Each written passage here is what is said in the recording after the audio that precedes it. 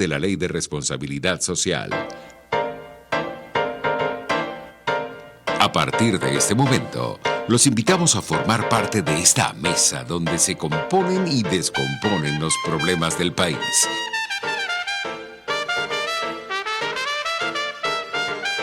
RCR presenta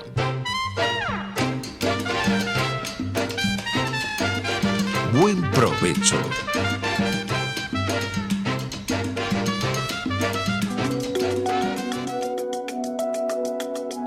Monitor de Derechos Humanos, con el abogado penalista Fernando Fernández. Muy buenas tardes, buen provecho a todas las personas que nos escuchan. Les deseamos lo mejor en el resto del día y sobre todo en el almuerzo. Les habla Fernando Fernández en su segmento de los días miércoles, Monitor de Derechos Humanos, dentro del programa Buen Provecho.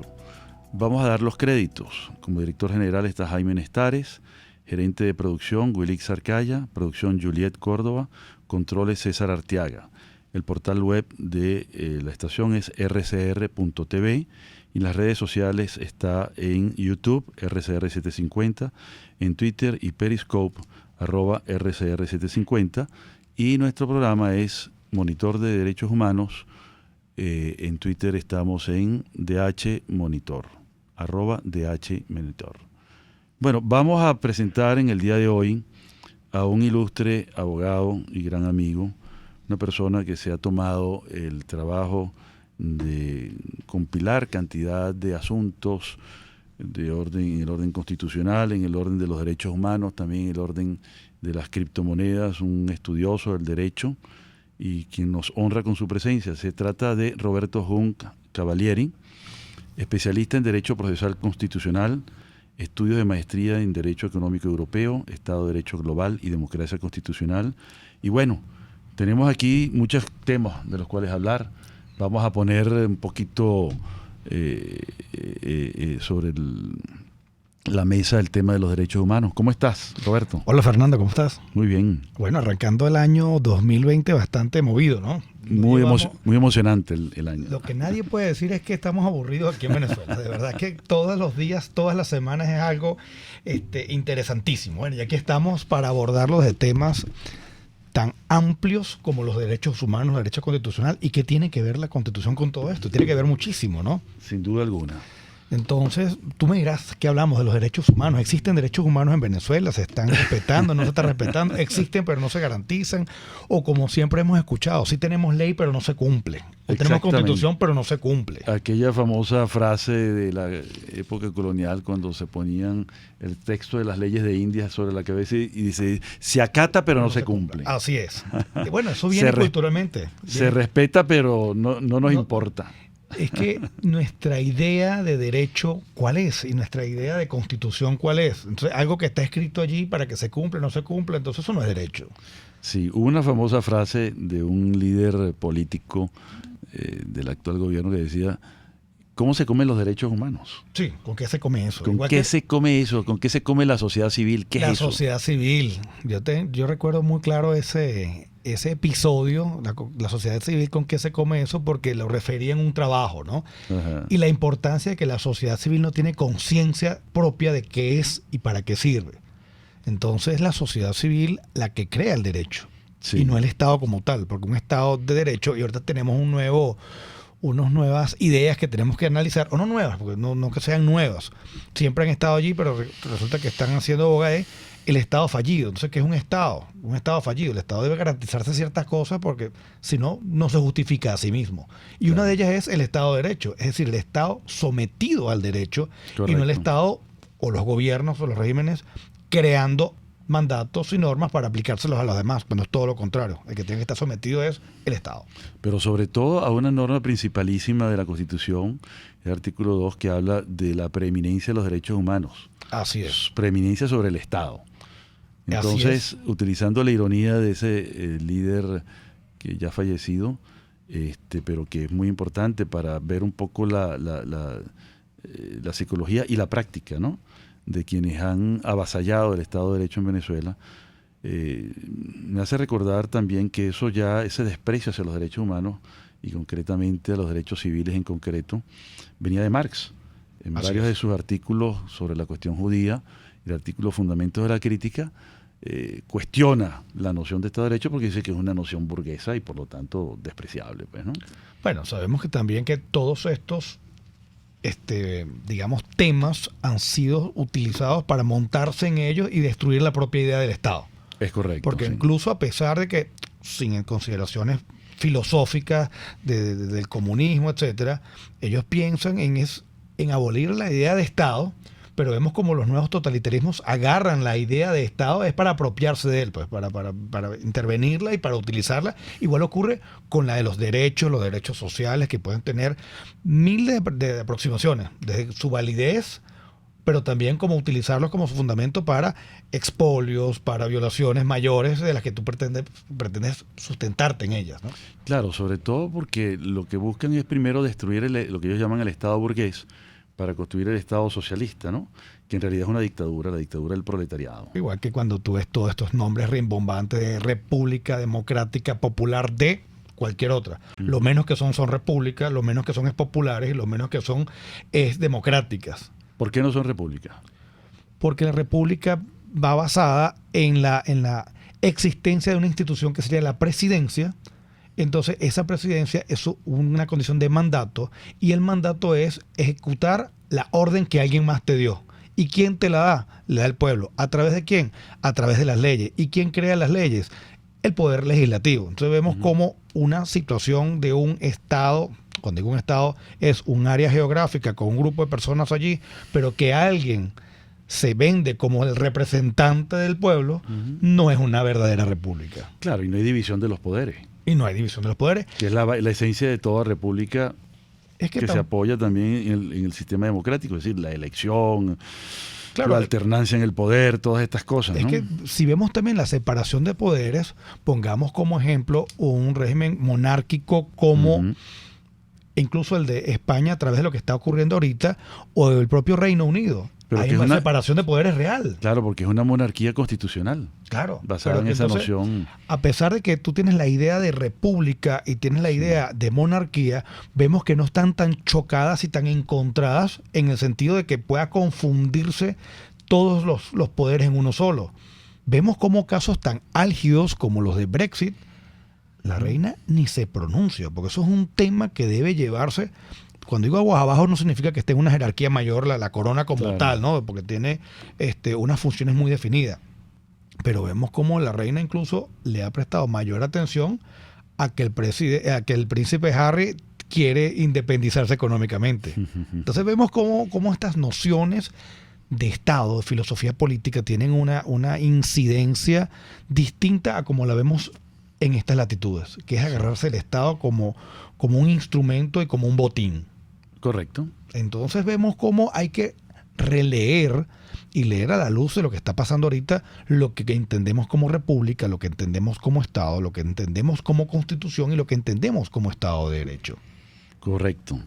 Entonces, esa frase que acaba de decir, el Estado como botín, me suscita una cantidad es un estímulo muy grande, ¿no? Porque recientemente publicamos un texto sobre eso, ¿no? Que se apoya un poco en el concepto diseñado, inventado por los norteamericanos cuando en el siglo XIX tuvieron de verdad un arrebato del Estado para enriquecer a familias enteras, enriquecer a una casta militar y una casta política del Partido Demócrata, ¿no? Entonces el spoils system es eso, ¿no? Sí, sí. Y es prácticamente lo que estamos viviendo. Por supuesto, cada cultura, porque es un tema, digamos, cultural, tiene un acercamiento a la idea de Estado distinta. Sí. Pero ¿en qué nos unimos? En que no puede utilizarse como instrumento para expoliar a los demás, para hacer daño, para causar daño. Vemos incluso situaciones como hoy en día el Reino Unido es lo que es porque pasó en el siglo XVII también por un experimento republicano también y una guerra civil y unos enfrentamientos muy pero muy cruentos. Entonces cada sociedad tiene sus altos, sus bajos y por supuesto los tiempos de los estados son distintos a los tiempos de las personas. Y por eso es que yo tengo la seguridad plena de que a Venezuela vendrán tiempos mejores. Sí. Lamentándolo mucho, los tiempos humanos son distintos a los tiempos de las culturas y de las sociedades, pero estamos encaminados a que vendrán tiempos mejores. Sin duda alguna, porque sobre todo hay un factor muy importante, y tú lo mencionabas también cuando hablabas de un Estado fallido, ¿no? Es decir, el estado de servicios, la prestación de servicios básicos, como el agua, la telefonía, las vías terrestres, las vías aéreas, la prestación de la gasolina como cuestión básica, además es un negocio del Estado. Claro, lo que pasa es que todo eso está fallando como si estuviéramos en una guerra, pero no hay guerra. Peor que una guerra, porque tuvieras la excusa, la justificación de que existe la guerra. Claro. Que a pesar de que vociferamos de que existe guerra económica, guerra mediática, guerra X, la que sea, entonces tenemos las mismas fallas producto de la guerra, pero sin tener una guerra formal. Claro, porque lo que hay son ataques a la población civil. Claro, una guerra empeoraría aún esto mucho más, que eso es una situación indeseable, ¿no? Absolutamente. Y por supuesto, cada vez que uno participa en este tipo de actividades que se asoman, las posibilidades de intervención, etcétera, a pesar de que las sociedades y la humanidad ha recurrido a ellas, tiene que ser, como se dice, the last resource. Sí. No puede ser tenido así como cuando te hablan, y hemos escuchado muchas veces que todo eso se tiene todas esas opciones están sobre la mesa. Sí, una frase de moda. Sí, está de moda, pero a pesar de que sí efectivamente existe esa posibilidad sobre la mesa, tiene que ser el last resource y deben ser agotados todos las posibilidades antes de llegar a ella. Que son las diplomáticas, que son las económicas, las financieras, las administrativas, las políticas. Incluso las mediáticas. Las mediáticas. Vemos que hay un nuevo poder, bueno, que siempre ha estado, o sea, la opinión pública, y hay una importancia, y damos la vuelta otra vez y caemos en la sociedad civil, de que la opinión pública es uno de los elementos más importantes de la sociedad civil. Sí. Entonces, y vemos cómo hace estas reflexiones un link directo, un puente directo al tema que vamos a hablar de los derechos humanos, porque la libertad de expresión no solamente es poder tú decir lo que tú quieras, es también tú poder recibir la información libremente, que es el artículo 13 de la Convención Americana sobre Derechos Humanos. Correcto. Que entonces vemos como casos como actualmente estamos hablando se oye únicamente por internet. Entonces la señal abierta, haberla limitado, es una abierta violación a los derechos humanos. Sin duda. Entonces, toda la lectura que hagamos de una constitución, de una ley, de una providencia, de un decreto, etcétera, debe ser una lectura democrática, es decir, pro homine, es decir, a favor del derecho humano que tiene el hombre. Sí. Entonces, que si se vencen concesiones, que si los precios, que cualquier tema que vayamos a hablar debe ser leído a la luz de los derechos humanos. Sí, se habla ahora también para actualizar el término pro homine por cuestiones de género, se habla de pro persona, pro humana. Claro, pero digamos, pero es lo mismo exactamente y alcanza justamente la dimensión de toda la humanidad. Que absolutamente. Donde yo creo que está la tutela fundamental que estamos procurando, ¿no? Incluso, y eso pudiera haber un tema grandísimo para conversarlo en otros programas, la genuinidad de aquellas igualdades de género. Porque todos sabemos que no puede haber discriminación de ninguna clase. Entonces, tratar de imponer la utilización de un lenguaje llamado inclusivo para poder defender un género, vemos cómo deviene en mayores violaciones muchas veces. Sí. Entonces vemos que no hay, a pesar de que tú partes de una situación genuina de defensa, puede convertirse y puede ser utilizada por personas para poder minar verdaderos derechos. Entonces, cuando uno menciona pro homine o la importancia de los derechos del hombre y del ciudadano, no es que se esté disminuyendo la utilización de la mujer. Por el contrario, hay que buscar de que eso que puede haber sido en un contexto no se convierta en herramienta para mayores violaciones. Entonces, es válido en algunos momentos, pero uno tiene el tino a veces de averiguar cuándo no se usa por discriminación racial, social, etcétera. Sí, claro, porque hay mucha manipulación y tomando en consideración el tema que mencionaste sobre la opinión pública, ¿no? Tratar de manipularla a través de una neolengua o de utilizar palabras que están de moda, por ejemplo, en el argot de los derechos humanos, para hacer todo lo contrario. Por supuesto. Entonces, hoy en día las mujeres están peor en Venezuela que lo que estaban antes, cuando no se hablaba de estos términos, ¿no? Y estamos hablando de la mujer. Y date cuenta que no vamos a discriminar a la mujer. Claro. Pero en el caso de las comunidades indígenas. Por ejemplo, una Entonces, minoría súper vulnerable. Las comunidades indígenas que han sido una bandera de muchos movimientos sociales que quieren, digamos, reivindicarlos, vemos que esa reivindicación muchas veces no es genuina. Entonces las comunidades indígenas que tienen una grave afectación de su situación general, vemos cómo están disminuidas a diferencia de 20 años en el caso de Venezuela. Cierto. Vayámonos hacia el sur. Sí. Vayámonos hacia el sur. La Guajira donde, también. Es que, y mi método sur, volvemos, no estemos discriminando a la Guajira, sí. Pero es que entonces no solamente hay una discriminación y una afectación por su condición, a lo mejor que históricamente los han mermado como indígenas, pero la afectación del medio ambiente. Sin duda. Entonces el arco minero es lo más ofensivo. Ves cómo no estamos discriminando a los de la Guajira, sí. Pero la afectación que tiene ahorita el sur es mayor porque además se une la parte del arco minero. Sí. Todas esas aguas están contaminadas de una manera tal que afectan entonces la libertad de tránsito, de la vida, de la salud, etcétera, etcétera. Alimentarse mismo. En la medida que coman esos peces, esos indígenas se están envenenando con el mercurio. Así es. Vertido para sacar el oro y eso llega a los ríos, terrones. Y eso llega a los ríos, al mar. Y entonces vemos cómo hay una afectación general. La cadena alimenticia se ve afectada absolutamente. Sí. Y entonces vemos cómo trasciende los límites geográficos de los estados, porque entonces el mar Caribe es el Atlántico y el mar... Entonces, y nos lleva a otras ideas. La universalidad de los derechos humanos. Uh-huh. Los derechos humanos no podemos encerrarlos únicamente en un espacio geográfico y a una persona que la designen defensora de los derechos humanos, el defensor del pueblo, como se quiera llamar, porque estos temas no podemos únicamente verlos a la luz de la realidad venezolana en el 2020 o el 2019 o 2017, porque los tiempos de los derechos humanos son mayores. Uh-huh. A veces uno cuando da ciertas clases y habla del debido proceso como derecho humano, y entonces yo empiezo a leer algunas partes de las actas de Giordano Bruno o cuando enjuiciaron a Juana de Arco. Entonces, bueno, ¿qué tiene que ver con eso ahorita? Yo, mira, tiene mucho más que ver de lo que queremos ver, de lo que queremos. Entonces, vemos también cómo actualmente haber bloqueado lo que es el conocimiento de nuestra historia, el conocimiento incluso de instituciones de la Inquisición, todavía son permanentes.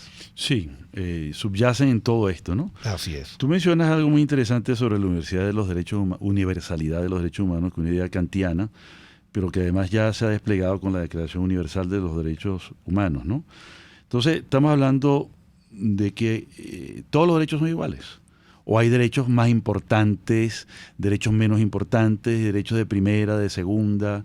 ¿Cómo se distingue ese derecho de universalidad? ¿Es para todas las personas? ¿Es para todo el mundo? Bueno, son discusiones que hay. Los derechos humanos, a pesar de que queremos delimitarlos en primera, segunda y tercera generación. Ok, ya es la parte cronológica. Pero los derechos humanos es un sistema. Un sistema axiológico.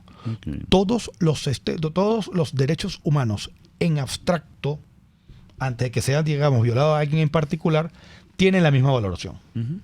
Tan importante es el derecho a la propiedad, como la vida, como la libertad, etcétera, etcétera, etcétera. Es más, vemos como John Locke señala, cuando habla de la propiedad, ese propius, cuando lo habla en el tratado del segundo estado, del tratado sobre el gobierno, segundo tratado sobre el gobierno. Sobre el gobierno, señalaba que esa propiedad es propiedad, libertad y propiedad y libertad y la vida, como uno solo, propiedad. Porque después podemos hablar de que vienen los derechos sociales como si fuesen más importantes.